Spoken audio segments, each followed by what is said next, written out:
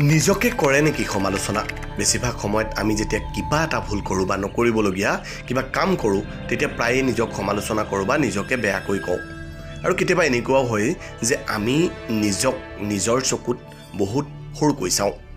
এনে কৰাৰ বাবে প্ৰায়ে আমি নিজক লৈ সুখী হ'ব নোৱাৰোঁ বা সফলতা লাভ কৰিব নোৱাৰোঁ। আমি নিজক নিজে মানসিকভাৱে দুৰ্বল কৰি তোলাৰ পৰা কেনেকৈ আঁতৰি থাকিব পাৰিম? প্ৰথমতে যেতিয়া আপুনি নিজক বেয়াকৈ ভাবিব, যেনে মই সদায় এনেকুৱাই, মই কেতিয়াও সফল নহওঁ, মই দুৰ্বল ইত্যাদি, তেতিয়া নিজক সদায় তেনেদৰে নাভাবিবলৈ বাধা দিবলৈ চেষ্টা কৰিব।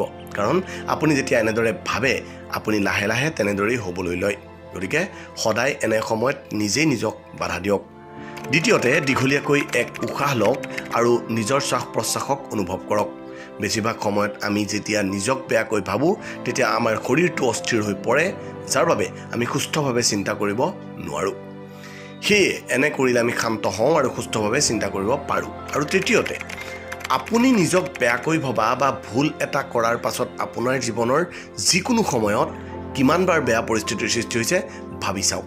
প্ৰকৃততে কেতিয়াবা কেতিয়াবা হৈছে, কিন্তু আমি নিজক যেনেকৈ সমালোচনা বা বেয়াকৈ চাবলৈ লওঁ তাৰ সমানকৈ কোনো পৰিস্থিতিৰ সৃষ্টি হোৱা নাই।